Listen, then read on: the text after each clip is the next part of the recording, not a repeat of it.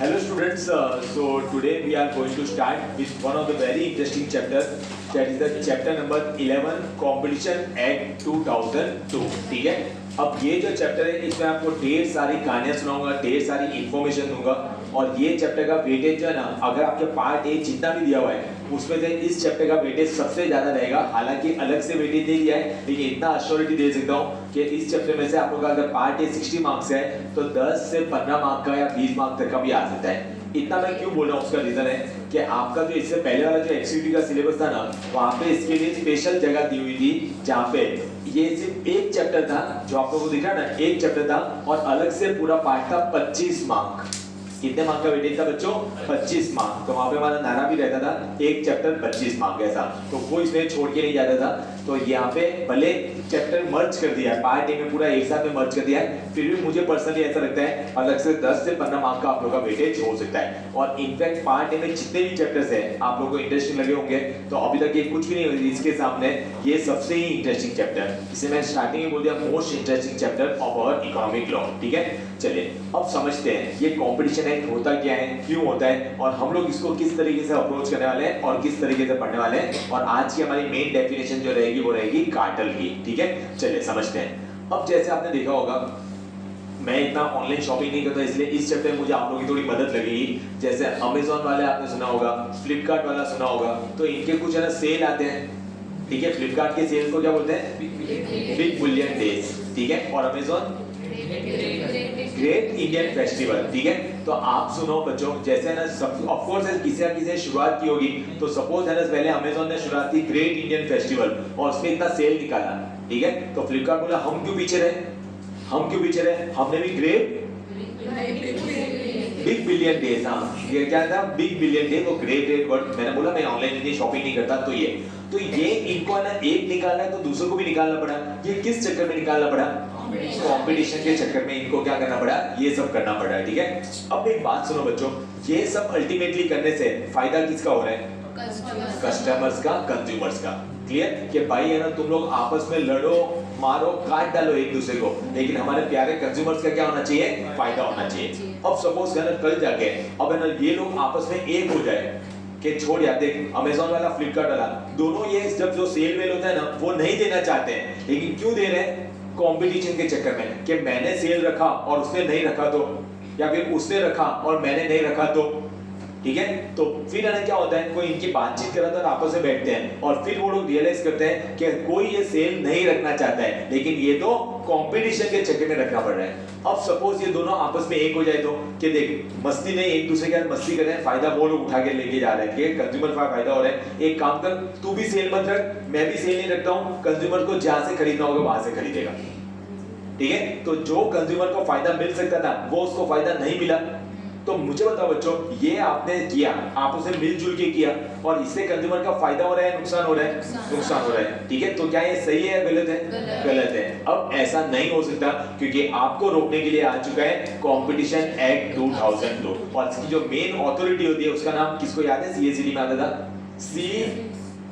CCI, competition commission of India.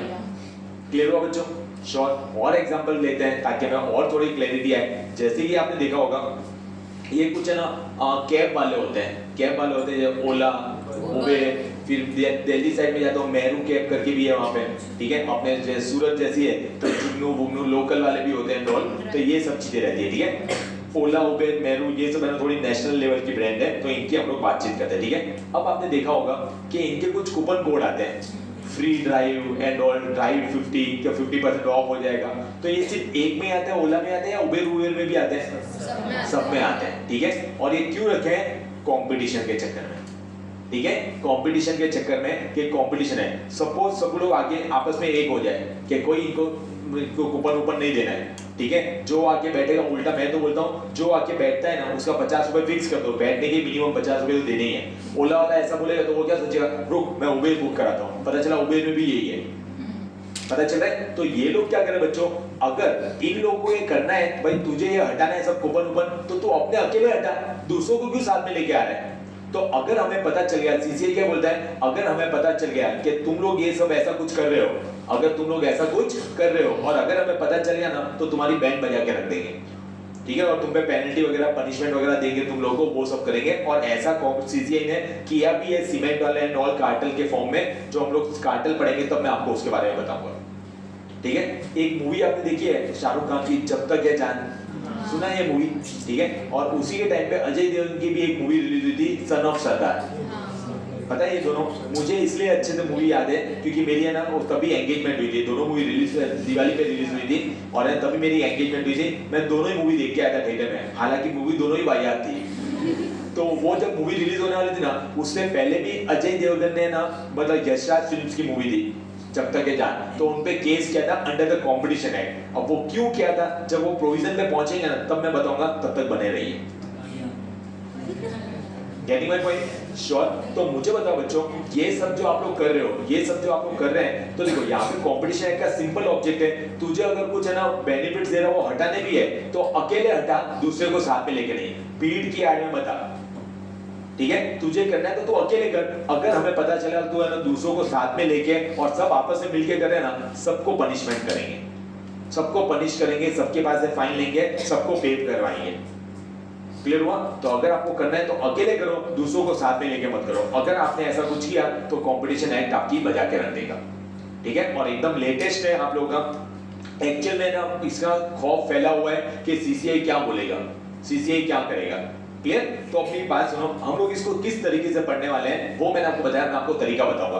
अब एक point समझो, जैसे स्टार्टिंग में 4-5 पेज दिए हुए हैं, 4-5 पेज दिए हुए ना, तो वो थोड़े ऐसे जो पढ़ने के लायक है, नॉल पूछ भी सकते हैं, नहीं भी पूछ सकते वैसे, तो ये सब पेज थोड़े से बोरिंग होंगे कंपेयर टू पीछे वाला कंटेंट। ठीक है, तो जैसे आपको देखो, introduction, purpose, objective, competition law, economic reform, competition economy efficiency, recommendation दिए वेरियस वेजेस कमिटी के, फिर कंपटीशन एक्ट 2002 दिया हुआ है। तो ये जो आपके स्टार्टिंग जो है ना 4-5 पेज है, तो हम लोग क्या करेंगे बच्चों, यहाँ से मैं शुरुआत नहीं कर रहा हूँ। क्यों?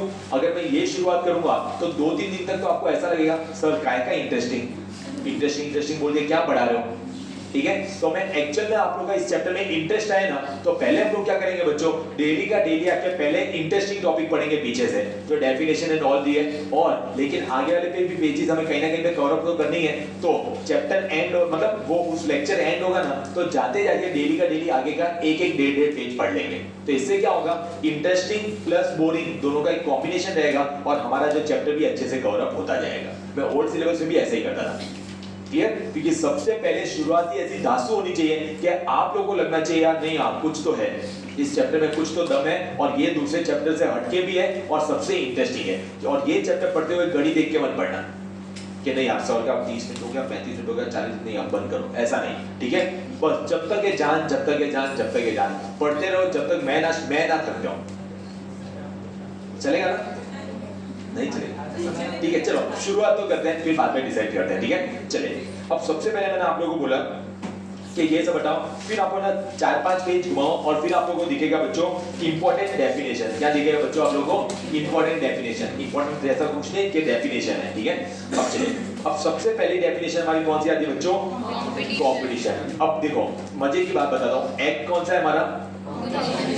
अच्छा, ये पढ़ने के बाद आगे का भी एक पेज पढ़ना है एंड में। एक्ट कौन सा हमारा? Competition act 2002। मजे की बात बताऊं, इसमें इंपॉर्टेंट वर्ड कौन सा है? कंपटीशन। कंपटीशन को ही कंपटीशन एक्ट 2002 ने डिफाइन नहीं किया हुआ, इसकी डेफिनेशन ही नहीं। ये जो डेफिनेशन है वो डिक्शनरी मीनिंग होता है ना, वो है। अब मेरा सवाल ये है कि बहुत बार ऐसा होता है, कंपनी लॉ में भी आप लोग पढ़ेंगे आगे जाके, कि बहुत बार जो इंपॉर्टेंट टर्म होता है उसको वो लोग डिफाइन ही नहीं करते हैं। क्यों? उनको आता नहीं है, इसलिए नहीं डिफाइन करते। क्यों नहीं डिफाइन करते? जैसे कंपटीशन एक्ट में इनको कंपटीशन को डिफाइन करने में क्या दिक्कत थी, क्यों नहीं डिफाइन किया? सर क्योंकि वो गाइडर टर्म हो सकता है ना उसके अंदर। एग्जैक्टली। अब क्या होता है, इंडिया में बहुत चालबाज होते हैं। इंडिया में क्या होता है, अगर आपको कंपटीशन एक्ट में क्या होता है, अगर आपको कोई नोटिस आता है, बोलते हैं तू ये गलत कर रहा है, तो इंडिया में लोग उसको इस तरीके से इंटरप्रेट करते हैं ना, पहले तो कंपटीशन की डेफिनेशन पढ़ लेंगे, फिर ऐसा काम करेंगे कि आप उस दायरे से बाहर रहो, फिर बोलेंगे नहीं नहीं हमारे में कंपटीशन एक्ट एप्लीकेबल ही नहीं है। क्यों? Because as per competition act ये कंपटीशन है ही नहीं। तो कंपटीशन एक्ट क्या बोलता है, हम इसको डिफाइन करके इसके स्कोप को मतलब बोलते हैं ना कम नहीं करना चाहते हैं, दबाना नहीं चाहते। ठीक है, इसलिए अगर कुछ चीजें कंपटीशन है या नहीं है, तो जब मामला होगा तो हम खुद देख लेंगे वो कंपटीशन है या नहीं है। अगर हमें लगेगा वो कंपटीशन एक्ट में आता है तो ला देंगे, नहीं आता है तो नहीं लाएंगे। इसलिए उसको डिफाइन नहीं किया गया। Getting my point? श्योर? पक्की बात। तो कंपटीशन को जो मैंने मीनिंग दिया है या फिर आपकी जो मॉड्यूल में दिया है बच्चों, वो कौन सा दिया है? डिक्शनरी मीनिंग है। This is the dictionary meaning of competition. आइए पढ़ के देखते हैं क्या होता है। The term competition is not defined under the Competition Act 2002। ठीक है, सबसे मजे की बात ये ध्यान रखना, कंपटीशन एक्ट में कंपटीशन को डिफाइन ही नहीं किया गया है। सब लोग मेरे साथ हो? ठीक है। However, in the corporate world, the term is generally understood as a process whereby the economic enterprises compete with each other to secure the customer for their product। ठीक है, यहाँ पे क्या होता है? ये एक प्रोसेस होता है जहाँ पे इकोनॉमिक एंटरप्राइज, सिंपल टर्म में जो लोग बिजनेस कर रहे हैं प्रॉफिट के लिए, ठीक है, वो एक दूसरे के साथ क्या करते हैं बच्चों? लड़ते झगड़ते हैं और कॉम्पीट करते हैं। ठीक है, क्यों? ताकि वो कस्टमर उसको छोड़ के मेरे पास आए। तो ऐसा करना इज कॉम्पिटिशन। क्या सर ये कॉम्पिटिशन एक्ट में बोले? नहीं, ये एक जनरल मीनिंग जो चलता है उसके बारे में दिया हुआ है। ठीक है, in this process the enterprises compete to outsmart their competitor। हमेशा ये टाइप रहती है ना, आप भी कुछ काम करेंगे आगे जाके, हम भी कुछ काम करते हैं, तो हमारा टारगेट क्या रहता है? कॉम्पिटिटर को आउटस्मार्ट करना, यानी कि उससे एक कदम आगे रहना। Sometimes to eliminate their rivals। Competition in the sense of economic rivalry is unstable। अच्छा, competition कभी होता है, कभी ज्यादा होता है, कभी कम होता है, तो इसमें स्टेबिलिटी नहीं है। ठीक है, unstable and has a natural tendency to give way to a monopoly. क्या अगर कंपटीशन ही नहीं है या फिर आप कंपटीशन को खत्म करते जाओगे तो एक समय ऐसा आ जाएगा जहां पे आप क्या बन जाओगे? आपकी क्या हो जाएगी? मोनोपोली। मोनो मींस सिंगल और पॉली मतलब सेलर, आप अकेले ही रह जाओगे। और डिओपोली मतलब दो। तो आप क्या है, मोनोपोली या डिओपोली? सिंगल। अच्छा, अगर सम अप करें तो क्या निकल रहा है? Competition kills competition. ठीक है, कंपटीशन ही कंपटीशन को मारता है। तो ये मैंने क्यों रखा है सर? ये क्यों रखा है कि बहुत रेयर चांस है आने के, लेकिन कहीं पे 2-3 मार्क आ जाए कंपटीशन किल्स कंपटीशन कमेंट, तो आपने थोड़े इंट्रोडक्शन के पॉइंट लिख दिए, थोड़े ये लिख दिए और आपने एक आंसर को प्रूव कर दिया। thus we can say that the competition kills competition। Clear हो बच्चों? और फिर आता है बच्चों आज का सबसे मेन हेडिंग बच्चों, जो कि क्या है हमारा? कार्टर। क्या था बच्चों? हमारा कार्टर। क्लियर हुआ? चलिए अब देखते हैं ये क्या होता है। और ये मेरी गारंटी है, ये जो कार्टेल की डेफिनेशन दी है ना बच्चों, कार्टेल की डेफिनेशन दी है, ये मैं पूरी की पूरी आपको वहीं पे लर्न करा दूंगा। बढ़िया सा आप लोगों को डायग्राम तक भी दिया हुआ है मैंने। ठीक है, डायग्राम भी आप लोगों को दिया हुआ है कि कार्टेल क्या कहते हैं, किसे कहते हैं, कैसे वर्क करता है, डॉल, वो सब चीजें मैं आप लोगों को बताऊंगा और ये पूरी डेफिनेशन अभी आप लोगों को पता चल जाएगी। ठीक है, चलिए एकदम सिंपल एग्जांपल लेते हैं। मैंने पहले Amazon और Flipkart वाला आप लोगों को एग्जांपल दिया, Amazon और Flipkart वाला एग्जांपल दिया। ठीक है, कि वो लोग पहले आपस में इंडिपेंडेंटली काम कर रहे थे और कुछ ना कुछ बेनिफिट दे रहे थे, फिर उन्होंने आपस में मिलकर डिसाइड किया छोड़ कुछ नहीं करना। ठीक है, तो ये इन्होंने क्या फॉर्म किया बच्चों? क्या बोलते हैं इन्होंने? कार्टेल फॉर्म किया है। क्या फॉर्म किया बच्चों? कार्टेल, जहां पे वो लोग आपस में एक साथ आ रहे हैं और कुछ डिसीजन ले रहे हैं जो कंज्यूमर्स के लिए अच्छी बात नहीं है। ठीक है, तो उसको हम लोग क्या बोलेंगे? उन्होंने क्या फॉर्म किया है? कार्टेल फॉर्म किया है। सेम मैंने आपको ओला उबेर वाला एग्जांपल दिया, तो ये भी क्या है बच्चों? कार्टेल। क्लियर हुआ? श्योर। तो कार्टेल में क्या आता है? तो पहले हम लोग देखते हैं बच्चों। देखो कार्टेल में क्या लिखा बच्चों? कार्टेल इंक्लूड्स, मिला? अच्छा, सेक्शन भी याद रखना। अच्छा, ये याद रखना एकदम सिंपल है बच्चों। इसका सेक्शन तो डेफिनेशन का सेक्शन ज्यादातर एक्ट में क्या होता है? सेक्शन 2, और उसका क्लॉज चेंज होता है। यहाँ पे तो एकदम सिंपल है, कार्टेल भी सी से और डेफिनेशन क्लॉज भी क्या है बच्चों? सी। तो section 2C of which act? Competition act 2002 ने कार्टेल को डिफाइन किया हुआ है। ठीक है, पूरा पैराग्राफ अभी यहीं पे लर्न करा दूंगा, बस छोटे बच्चों की तरह बार-बार मेरे साथ रिपीट करते जाइएगा। चलिए, कार्टेल में क्या होता है बच्चों? Cartel includes an association of, बच्चों किसका?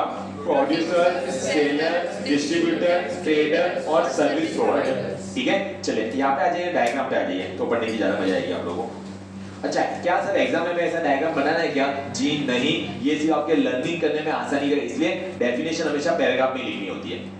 ठीक है, again cartel includes an association of, बच्चों क्या? प्रोड्यूस, सारे वर्ड दिखने चाहिए, प्रोड्यूसर, सेलर, डिस्ट्रीब्यूटर, ट्रेडर और सर्विस प्रोवाइडर। ठीक है, एसोसिएशन मतलब किसी का भी एसोसिएशन हो सकता है कि बहुत सारे जो प्रोडक्शन करते हैं, तो प्रोड्यूसर एक साथ आ गए, या फिर सेलर एक साथ आ गए, या फिर डिस्ट्रीब्यूटर, या फिर ट्रेडर, या फिर सर्विस प्रोवाइडर। यहाँ तक क्लियर हुआ बच्चों? ठीक है, हु वाया एन अग्रीमेंट, जिन्होंने क्या कर दिया बच्चों? आपस में अग्रीमेंट कर दिया। Who via an agreement. ठीक है, क्या अग्रीमेंट किया? हम लोग क्या करेंगे बच्चों? लिमिट, यानी कि कम कर देंगे। ठीक है, कंट्रोल या फिर हम डिसाइड करेंगे कब सप्लाई करना है, कब सप्लाई नहीं करना है, ठीक है, या फिर ट्राई करेंगे अटेम्प्ट टू कंट्रोल। हु आयन अग्रीमेंट क्या करेंगे बच्चों, लिमिट कंट्रोल और अटेम्प्ट टू कंट्रोल। अगेन क्या करेंगे अग्रीमेंट करके, लिमिट कंट्रोल और अटेम्प्ट टू कंट्रोल। क्या चीज बच्चों, प्रोडक्शन, वापस पहले बोल देना, प्रोडक्शन, डिस्ट्रीब्यूशन, सेल और price of goods and services. Don't worry, ढेर सारे एग्जांपल दूंगा, क्लियर हो जाएगा।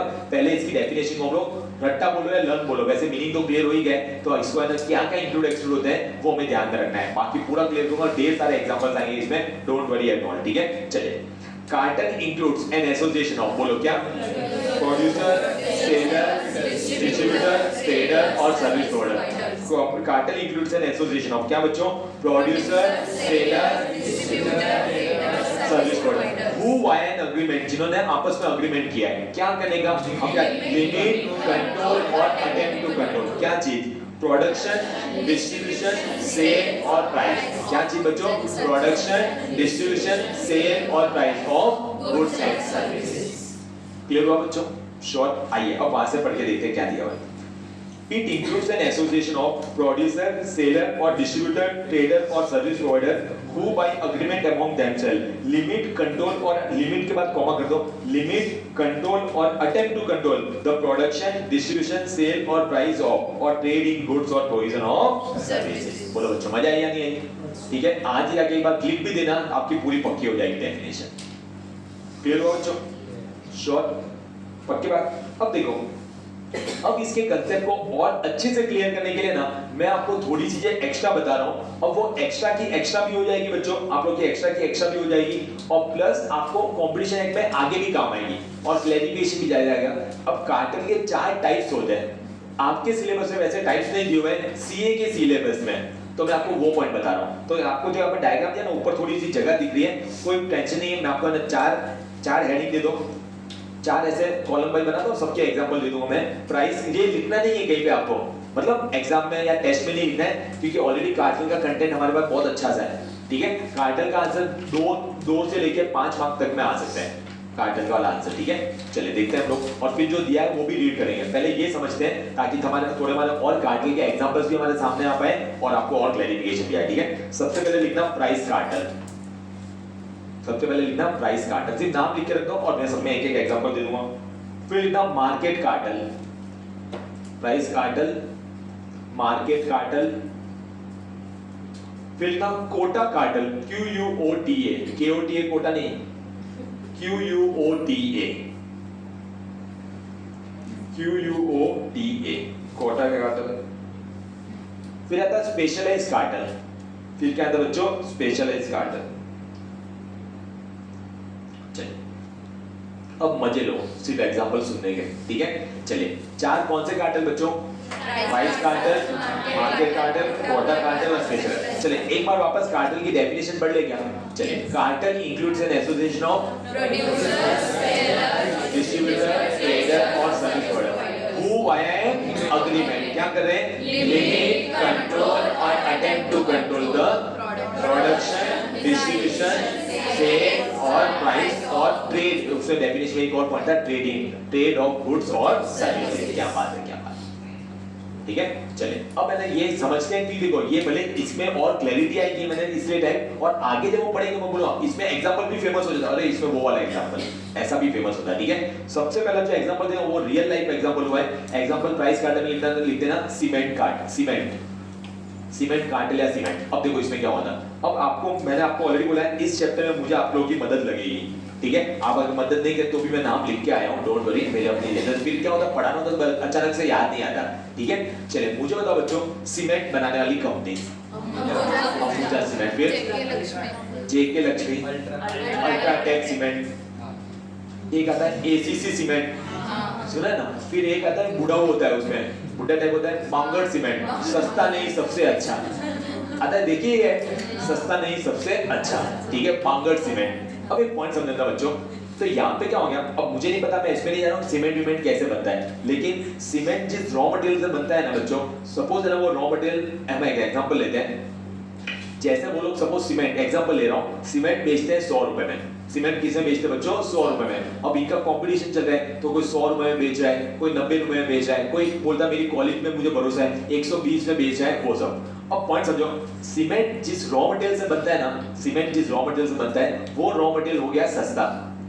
वो रॉ मटेरियल क्या हो गया बच्चों? सस्ता हो गया, ठीक है। तो वो रॉ मटेरियल बच्चों सस्ता हो गया सपोज 10 रुपए से, वो रॉ मटेरियल कितने से सस्ता हो गया? 10 रुपए से। तो अब सबका जो सीमेंट की जो भी रेट है, तो जो उनकी कॉस्ट लग रही थी 10 रुपए से सस्ता होगा।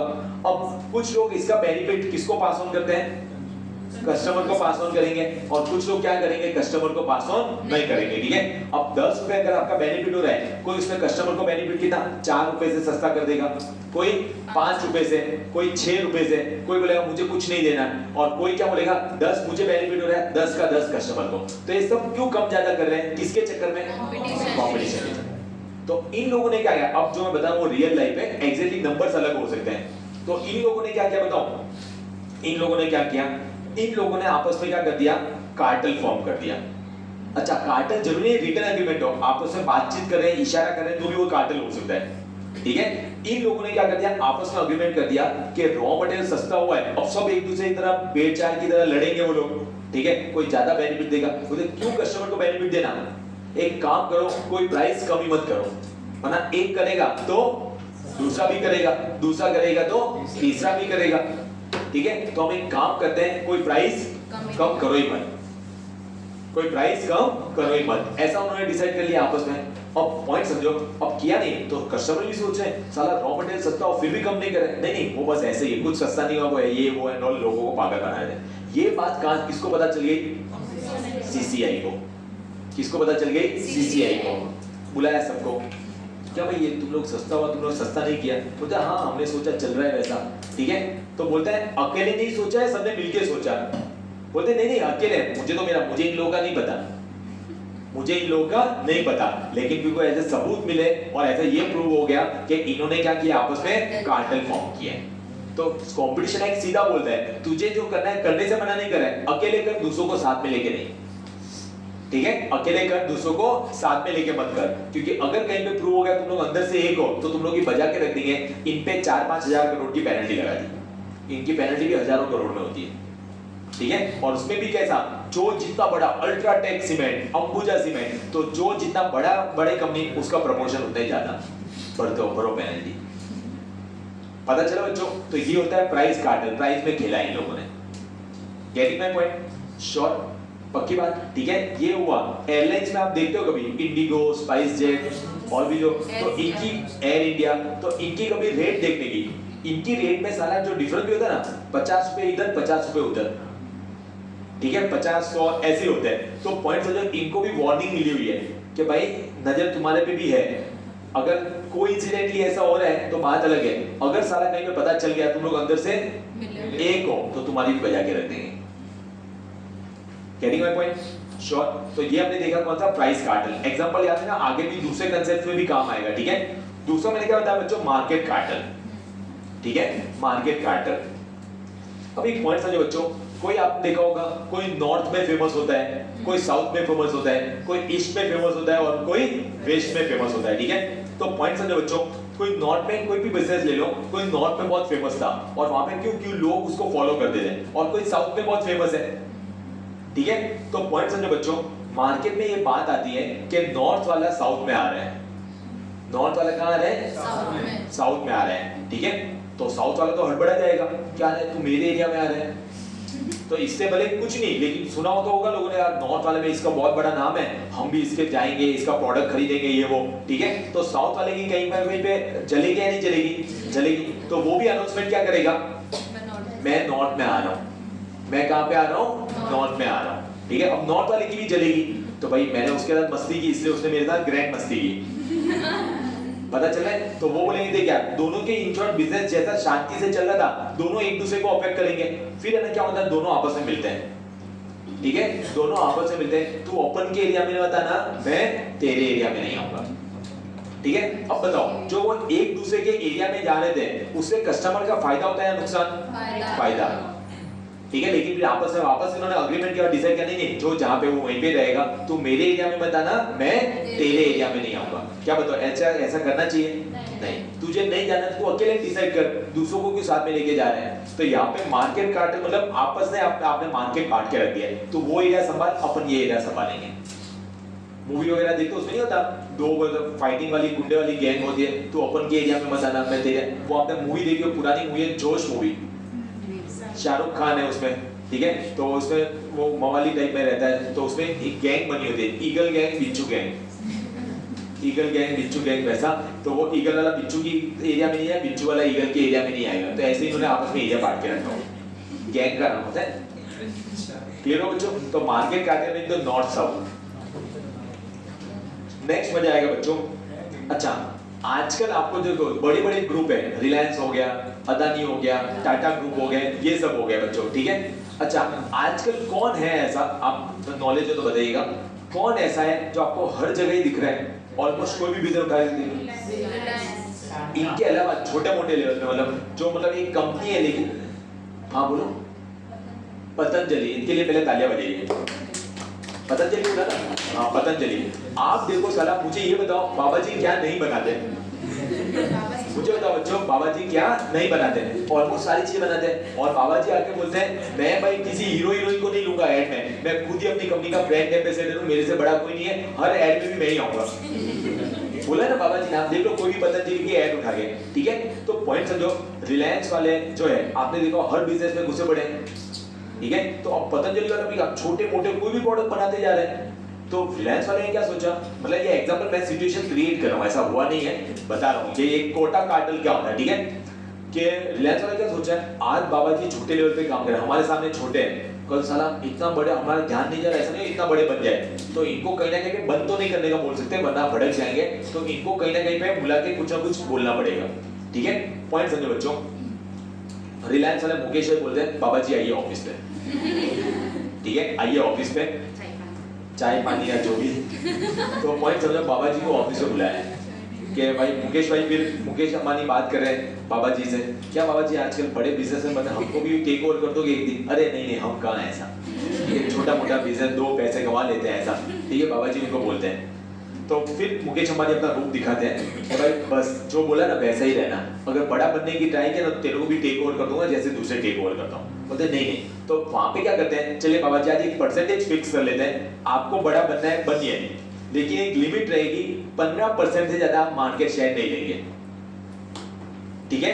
15% तक अगर आप बढ़ रहे हैं तो चलो, एक लिमिट कोई भी डिसाइड करो, 15-25 एंड ऑल, ठीक है। मतलब ये अगर बिजनेस में आ रहे हैं तो ये बिजनेस आपका शेयर कितना होना चाहिए, 15% का होना चाहिए, आपको इससे बड़ा नहीं बनना है, ठीक है। और आपने बाकी जो भी रहेगा 80-85% हम दूसरे जो भी है वो हम लोग देखेंगे। तो आगे ऐसा नहीं है, उनके मुकेश हम देखो, बड़े लोग बड़े इसलिए भी बनते हैं कि वो कभी किसी छोटे को आगे नहीं आने देते, ठीक है। तो उनको वहीं पे दबा देते हैं वो लोग, ठीक है। फिर भी बाबा जी सपोज नहीं माने, नहीं नहीं हम ऐसा नहीं करेंगे, हम ऐसा, तो भाई अगले दिन तेरा ही बिजनेस टेक ओवर कर देंगे, और हमारे लिए टेक ओवर करना कोई बड़ी बात नहीं है, थोड़ा हम तो नुकसान भी झेल लेंगे, लेकिन हमारे कॉम्पिटिटर्स को हमें बाहर निकालना। तो यहाँ पे बाबा जी और मुकेश अंबानी आपस में क्या कर दिया, इन्होंने एक अग्रीमेंट फॉर्म कर दिया। मुझे बताओ बच्चों, क्या ये अच्छी बात है क्या? नहीं। आपने एक कोटा यानी कि एक लिमिट डिसाइड कर ली, इस लिमिट से बड़े हम नहीं बनेंगे, ठीक है। तो that is the quota cartel. Clear हुआ? नेक्स्ट आता है बच्चों स्पेशलाइज कार्टेल। नेक्स्ट आता है बच्चों स्पेशलाइज कार्टेल। मजेदार है ये भी, मजेदार मैं बनाऊंगा है नहीं फिर भी, चलिए पॉइंट्स बना। अच्छा मुझे बताओ बच्चों, ये हल्दीराम की क्या फेमस है? भुजिया, मतलब भुजिया नमकीन, नमकीन ले लेते हैं हम लोग। हल्दीराम की नमकीन फेमस है, और वाड़ीलाल की आइसक्रीम, आइसक्रीम, ठीक है। फिर हल्दीराम को जो है ना, हल्दीराम को हुल मची अचानक, हल्दीराम को हुल मची अचानक कि हल्दी, मतलब मैं एग्जांपल दे रहा हूँ जनरली कि भाई है ना, हम हल्दीराम वाले जो है ना, हल्दीराम वाले नमकीन के साथ साथ आइसक्रीम भी बनाएंगे। हल्दीराम क्या करेंगे, नमकीन के साथ साथ आइसक्रीम भी बनाएंगे, ठीक है। अब पॉइंट समझो, अब मतलब वो क्या बोलते हैं, तीखा भी यहीं पे और मीठा भी यहीं पे, जो नमकीन लेने आ रहा है। और उनको तो क्या बोलते हैं भाई, पहले हम लोग मार्केटिंग भी कैसे करेंगे, एक नमकीन के पैकेज के साथ एक आइसक्रीम फ्री, ताकि लोगों का सैंपल वैंपल टेस्टिंग क्वालिटी भी पता चल जाए। क्वालिटी में तो हम लोगों को पीछे छोड़ेंगे नहीं। तो ये वाड़ीलाल वाला बोलता है साला ये हमारा मार्केट खराब करेगा, नहीं तो पहले क्या था, लोग नमकीन दे रहे हैं, फिर मीठा खाने के लिए हमारे यहाँ पे आके आइसक्रीम खा रहे हैं, हमारे आइसक्रीम लेके जा रहे हैं, फैमिली पैक लेके जा रहे हैं, वो सब हो रहा है। तो यहाँ पे क्या होगा, कहीं ना कहीं पे हमारे बिजनेस को अफेक्ट होगा। तो वाड़ीलाल वाले ने भी अनाउंस किया, अब वाड़ीलाल आइसक्रीम के साथ हम बनाएंगे वाड़ीलाल नमकीन, मीठा भी यहीं पे और मीठा भी है। अब हल्दीराम की जलेगी या नहीं जलेगी? ठीक है, बोलेगा वाड़ीलाल वाला ये क्या यार, बोलते शुरुआत की सही। ठीक है, अब देखो दोनों अपनी अपनी फील्ड में स्पेशलाइज्ड थे, दोनों क्या थे बच्चों, अपनी अपनी फील्ड में स्पेशलाइज्ड थे। ठीक है, लेकिन ऐसा करने की वजह से, ठीक है, दोनों के बिजनेस को अफेक्ट पहुंचेगा नहीं पहुंचेगा? पहुंचेगा। और ऐसा नहीं है जो उनका रेगुलर बिजनेस चला था वो भी कहीं पे ठप हो जाए, दूसरे पे फोकस करने के लिए दोनों आपस में बैठते हैं और ये डिसाइड होता है, हल्दीराम वाला नमकीन ही बनाएगा, आइसक्रीम नहीं बेचेगा, और वाड़ीलाल वाला आइसक्रीम ही बेचेगा, नमकीन नहीं बेचेगा। तो जो जिसका स्पेशलाइजेशन है वही रखेंगे। बताओ बच्चों, ऐसा करने से कस्टमर को फायदा हुआ या नुकसान?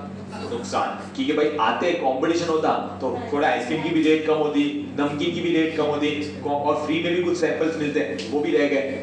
ठीक है, तो यहाँ पे यही बोलता है सीसीआई, भाई तुझे बनाना है या नहीं बनाना, तू अकेले डिसाइड कर, तू आपस में मिलके क्यों कर रहा है? अगर किया तो सीमेंट के जैसे तेरी बजाएंगे। Getting my point? श्योर। तो ये लिखना कहीं पे नहीं है, लेकिन मैंने बहुत सारे ज्ञान जो बांटा है ना, ये आपको आगे आने वाले दिनों में काम आएगा। जब मैं बोलूंगा वो सीमेंट वाला एग्जांपल, जब मैं बोलूंगा वो बाबाजी वाला एग्जांपल, जब मैं बोलूंगा वाड़ीलाल वाला एग्जांपल, तो आपको ये याद रखना है, ये पूरा चैप्टर आपस में लिंक होगा। Getting my point? श्योर। बड़े आगे चले, अब रीड भी करना है जो एग्जाम में अल्टीमेटली लिखने का आएगा। कार्टर की डेफिनेशन भूले तो नहीं हो ना? देखो, अब अगर 2 मार्क्स में आए बच्चों तो सिर्फ और सिर्फ डेफिनेशन लिखनी है। 2 मार्क्स तक में आए तो बच्चों क्या लिखना है? सिर्फ और सिर्फ डेफिनेशन लिखनी है। लेकिन 2 मार्क्स से ज्यादा भी बहुत बार पूछा है, इसलिए मैंने ढेर सारा दूसरा भी कंटेंट दिया है। आइए पढ़ते हैं, जो पॉइंट याद है ऊपर नीचे करके लिखो। ठीक है, चलिए। The nature of cartel, पढ़ना।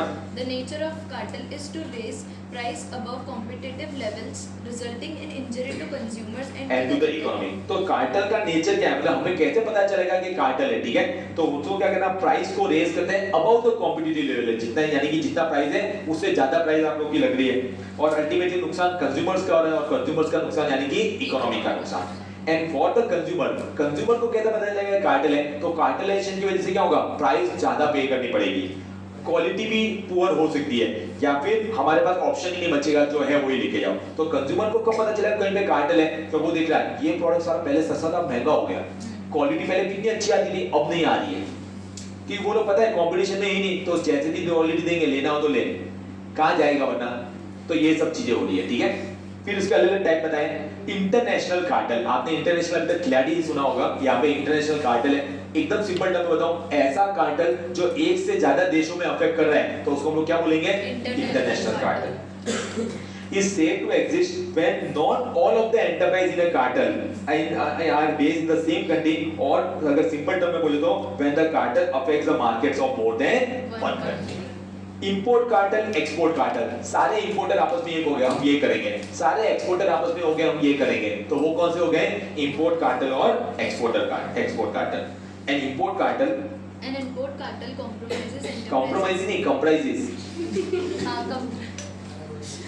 An import cartel comprises enterprises, including an association of enterprises that get together for the purpose of imports into। सारे इंपोर्टर हो गए, हम कुछ इंपोर्ट ही नहीं करेंगे, इंपोर्ट ड्यूटी हटाओ, इंपोर्ट ड्यूटी कम करो। अरे भाई तेरे को करना तो अकेला बैठना, दूसरों को भी साथ में लेके आ रहे हैं, तो इसको हम बोलते हैं import cartel. Export cartel, and export cartel is made of an enterprise based in one country with an agreement to cartelise market in other country. ठीक है, बस ये इतना लिख देना तो भी चल जाएगा। क्लियर हो रहा है बच्चों? चलिए फिर, if there is effective, next point, ये आपको जो पॉइंट याद है बच्चों, पता चला क्या करना है कि भाई पहले कार्टेल की डेफिनेशन लिख दी, इंटरनेशनल कार्टेल, कार्टेल के features, import cartel, export cartel. फिर देखो, if there is effective competition in the market, cartel would find it difficult to be formed and sustain. अगर कंपटीशन है तो कार्टेल बनाना इतना आसान नहीं होगा। क्लियर हुआ बच्चों? श्योर।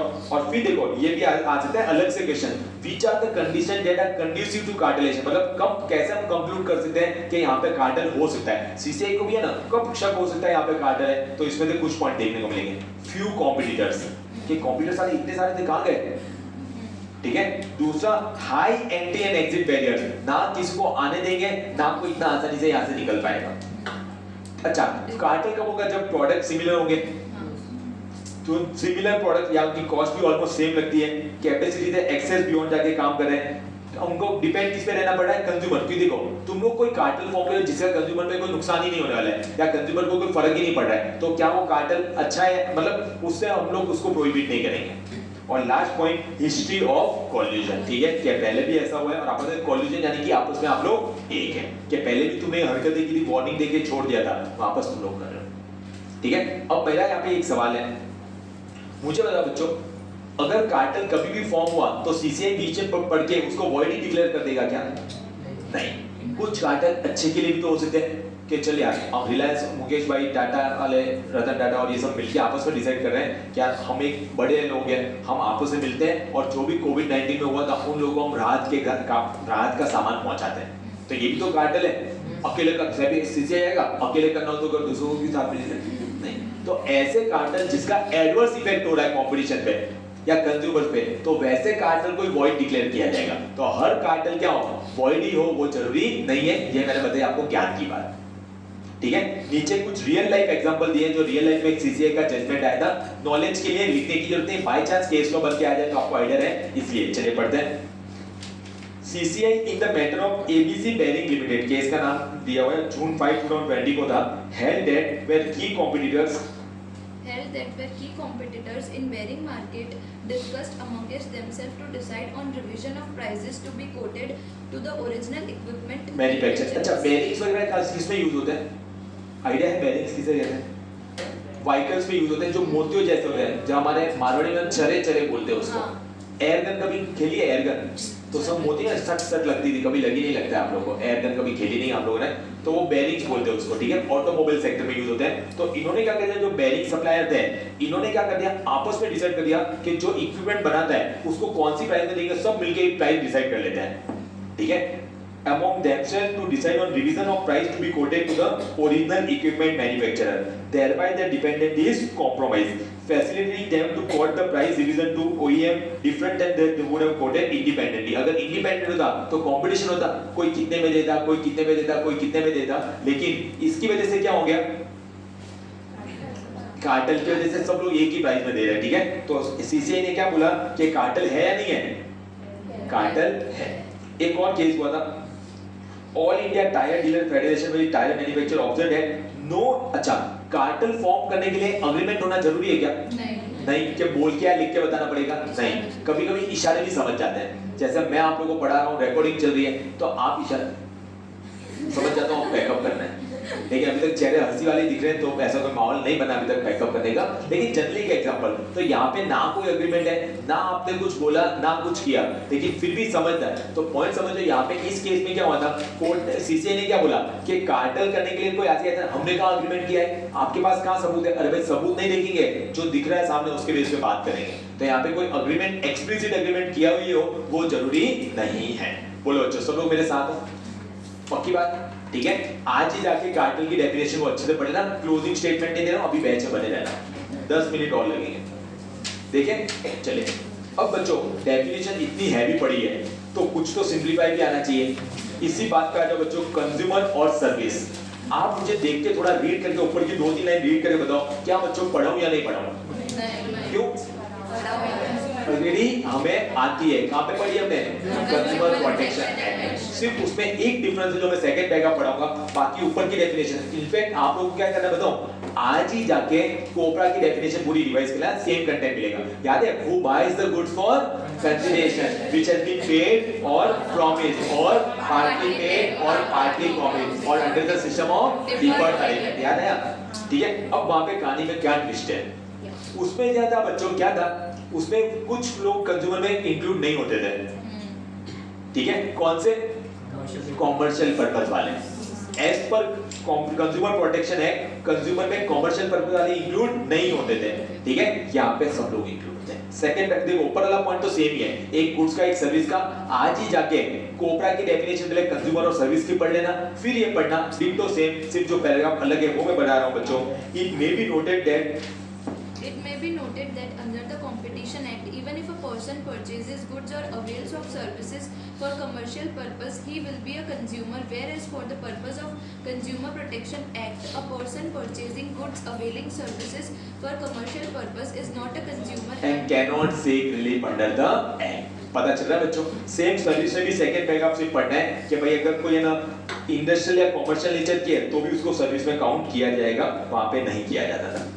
क्लियर हुआ बच्चों? बाकी जो फर्स्ट पैराग्राफ वो डिक्टो सेम डेफिनेशन है जो कंज्यूमर की है, कंज्यूमर प्रोटेक्शन एक्ट में दी है। पहले इतना क्लियर हो बच्चों?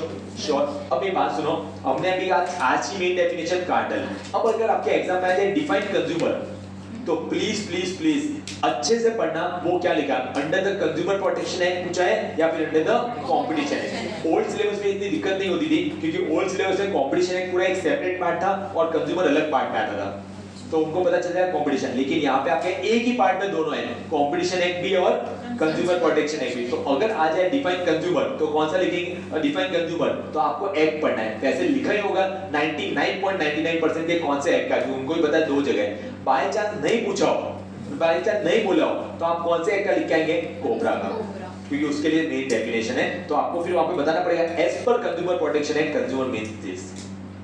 इतना क्लियर हुआ बच्चों? देखो डेफिनेशन को थोड़ा थोड़ा करके आगे बढ़ेंगे। कल जो मैं ये तीन डेफिनेशन पढ़ूंगा रेलेवेंट और ऑलमोस्ट शायद कंप्लीट भी कर दूंगा अगर इसके बाद हमें कैपेसिटी बचेगी तो। Relevant market, relevant geographic market और रेलेवेंट प्रोडक्ट मार्केट, दिल खुश कर देने वाली डेफिनेशन और बहुत ही इंपॉर्टेंट डेफिनेशन है बच्चों एग्जाम पॉइंट ऑफ व्यू से भी। तो इसको हम लोग कल डिस्कस करेंगे। अब जैसे कि मैंने बताया नहीं चाहते हो भी आगे के पेजेस भी पढ़ने हैं, वरना रोज की हैबिट पड़ जाएगी छोड़ने की। 10 मिनट लगेंगे हमें। चले आज वाला तो क्या टॉपिक भी इजी है, आइए देखिए। देखो अब आपका कोई एक चैप्टर और 25 मार्क का तो अलग से वेटेज नहीं है, छोड़ भी देंगे तो भी चलेगा, लेकिन पहला दिन है तो हम लोग छोड़ नहीं रहे। तो आप आगे के पीछे से आपके आने के चांसेस थोड़े से कम है क्योंकि इसमें थोड़ा ऐसा तो नहीं है 25 मार्क का तो गारंटेड नहीं आएगा, क्योंकि अलग से पार्ट होता तो उनको झक मार के भी पूछना पड़ता। अब वैसी बात नहीं है, ठीक है? तो नो डाउट फिर भी अब भी 10 से 15 मार्क का वेटेज मुझे पर्सनली ऐसा लगता है कि फिर भी वो लोग पूछ सकते हैं, बाकी उनके हाथ में। देखिए बच्चों हम लोग चले। अब यहाँ पे है क्या? यहाँ पे सिंपली वही बातें हैं जो मैंने आपको हिंदी में बताई वो इंग्लिश में लिखी है कि कंपटीशन जो है बच्चों वो अच्छी बात है या खराब बात है? अच्छी बात है। कंपटीशन को आप पॉजिटिव नजर से भी देख सकते हैं। अगर आपका मार्केट में कोई कंपटीटर ही नहीं है तो आप क्या जैसा चल रहा है वैसे ही चलने देंगे?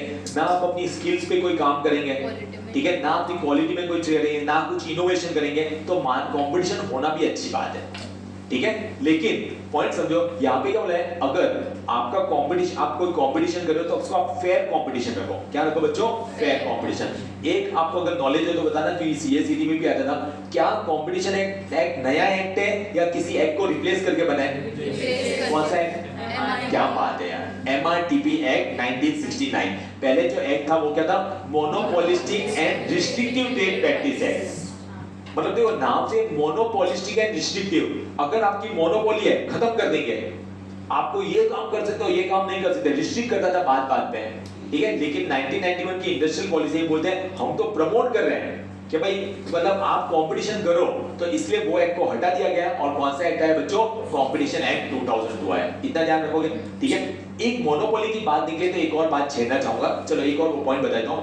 कंपटीशन एक्ट में ना मेन आपके 3 प्रोविजंस आएंगे। कौन सा आएंगे बच्चों? 3 प्रोविजन पूरे के पूरे यहाँ पे पढ़ाऊंगा, जो इस चैप्टर के सेक्शन नंबर के साथ पढ़ेंगे, सेक्शन 3, 4, 5 और 6, ठीक है? जिसमें हमारे आते हैं सेक्शन 3 का पहले मेन प्रोविजन आता है एंटी कॉम्पिटिटिव एग्रीमेंट। कौन सा बच्चों? Anti competitive agreement. Don't worry, अभी शॉर्ट में सिर्फ बता रहा हूं। मतलब कि एक होता है वायरस और एक होता है एंटीवायरस। एंटीवायरस का मतलब किसके लिए होता है? वायरस को खत्म करने के लिए। तो अगर आप कोई ऐसा एग्रीमेंट करो जो एंटी कॉम्पिटिटिव है, यानी कॉम्पिटिटिव को कम करने के लिए, ठीक है, तो वो नहीं चलेंगे। पहला क्लियर हुआ? वो प्रोविजन डिटेल में आएंगे, ढेर सारे एग्जांपल और बहुत इंपॉर्टेंट आंसर है वो तो। दूसरा था अब्यूज ऑफ डोमिनेंस। क्या था बच्चों? Abuse of dominance. अच्छा, डोमिनेंस यानी कि वही एज गुड एज मोनोपोली या बड़ा लीडर जैसा, ठीक है? तो कंपटीशन है क्या बोलता है? डोमिनेंस होना कोई खराब बात नहीं है, डोमिनेंस होना कोई खराब बात नहीं है, ठीक है? लेकिन डोमिनेंस की वजह से आप लोगों को मस्ती में नहीं आना है, ठीक है? डोमिनेंस है क्योंकि आप अपनी मेहनत से डोमिनेंस है। डोमिनेंस मतलब आप जो बोलते हैं लोग फॉलो करते हैं, तो कोई खराब बात नहीं, फॉलो करना ही चाहिए, लेकिन उस डोमिनेंस को आपको अब्यूज नहीं करना है, यानी कि उस डोमिनेंस की वजह से आपको मस्ती में नहीं आना है। आप तारक मेहता देखते हैं क्या? ठीक है। तो एक वो गोली और तारक मेहता का आपने देखा रिलेशन, तारक मेहता का जेठालाल का रिलेशन देखा आपने, क्या है ना, वो गोली कुछ भी करता है तो क्या होता है, गोली बेटा ठीक है। तो यहाँ पे वही है कि डोमिनेंस होना कोई खराब बात नहीं है, लेकिन वो डोमिनेंस की वजह से आप लोगों को मस्ती में नहीं आना है। एम आई क्लियर, ठीक है। और तीसरा आता है कॉम्बिनेशन। आप सोचो बच्चों, एक रिलायंस एक टाटा, ये दोनों बड़ी बड़ी कंपनी, दोनों अलग अलग है, दोनों तगड़ी कॉम्पिटिटर्स हैं, दोनों मर्ज हो जाए तो भाई ये मतलब या तो बहुत अच्छा भी हो सकता है या खतरनाक भी हो सकता है, सब कुछ बंद भी करा सकते हैं ये लोग। तो सीसीआई को वो भी है, अगर आप ऐसा कुछ मर्जर कर रहे हो, कॉम्बिनेशन कर रहे हो, तो हमको पूछना पड़ेगा। हम अगर हाँ बोलेंगे तो ही कर सकते हो। अभी आपने सुना होगा रिसेंटली पीवीआर और आइनॉक्स का मर्जर हुआ, सीसीआई को पूछ के हुआ। जियो और सोनी के मर्जर की बात चल रही है, सीसीआई ने अप्रूवल ऑलरेडी दे दी है, कभी भी उनका मर्जर हो सकता है, ठीक है। तो जब पहुंचेंगे तब, तो ये मेन 3 प्रोविजन है इस चैप्टर में। अब आइए पढ़ते हैं, सिर्फ रीड करते जाना, कोई पॉइंट लगेगा तो हम लोग डिस्कस कर लेंगे, ठीक है। आइए, there is a growing recognition. There is a growing recognition that a flexible, dynamic and competitive private sector is essential to fostering sustained economic development.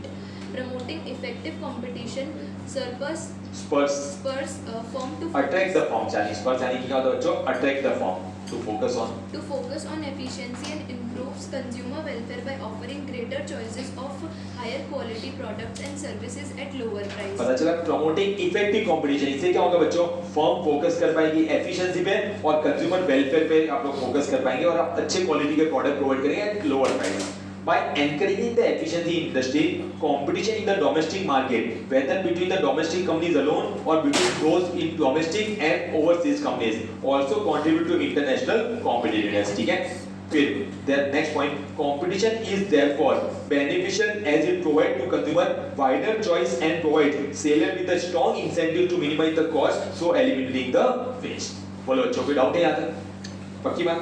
फिर देखना, फिर रीजंस वगैरह दिए हैं, और वो चाहो तो पढ़ सकते हो। रीजंस इंक्लूड मिला high natural entry barriers due to inadequate asymmetries of information, यानी कि लैक ऑफ इंफॉर्मेशन, एसिमेट्री का मतलब,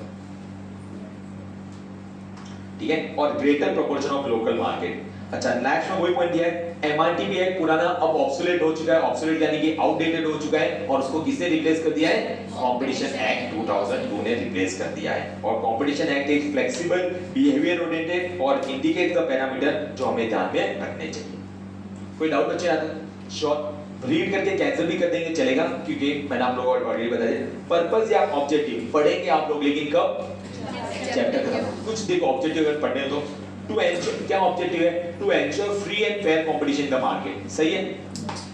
टू प्रिवेंट, देखो ये रहा वो पॉइंट है, मैंने 3 पॉइंट नहीं बताए थे।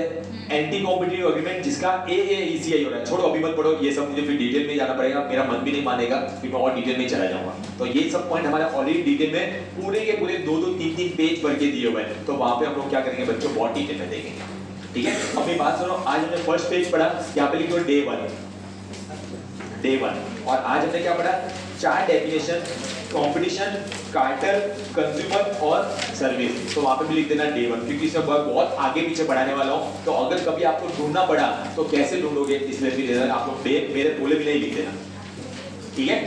श्योर, कल भी है ना, आप लोग देखो मैं आपको लिखवा के रख देता हूं, अभी इतना तो मिनिमम पढ़ाऊंगा, उससे ज्यादा अगर मैंने पढ़ा दिया तो और भी लिखवा दूंगा। डेफिनेशन नंबर 5 से लेकर 9, डेफिनेशन नंबर बच्चों कौन सा, 5 से लेकर 9, जिससे मेन सुनना मजा आएगी, रेलेवेंट ज्योग्राफिक मार्केट। और आगे से अगर बात करूं तो कंपटीशन लॉ एंड पॉलिसी और इकोनॉमिक रिफॉर्म्स एंड कंपटीशन, वहां पे भी डे 2 लिख देना,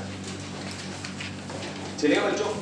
श्योर, तो कुछ पार्ट आगे का, कुछ पार्ट पीछे का, कुछ पार्ट आगे का, कुछ पार्ट पीछे का, और एक समय ऐसा आएगा जब हमारा आगे का पार्ट भी कंप्लीट होगा और पीछे वाला पार्ट भी ऑटोमेटिकली कंप्लीट होता जाएगा। अब मुझे बताओ बच्चों, जो मैंने आपको एक चैप्टर के स्टार्टिंग में बोला था कि ये चैप्टर इंटरेस्टिंग है, लगा या नहीं लगा? और ये तो कुछ भी नहीं है, आगे अभी तो बहुत कुछ आने वाला है। डन बच्चों, श्योर, तो बने रहेगा, चैप्टर में बहुत मजा आएगी, आराम से पढ़ लीजिए। आज जो मैंने पढ़ाया वो साथ में साथ रीड करते जाइए, एटलीस्ट एक रीडिंग रखिए, कोई डाउट है ऐसा कुछ है तो पूछ लीजिएगा। Thank you so much.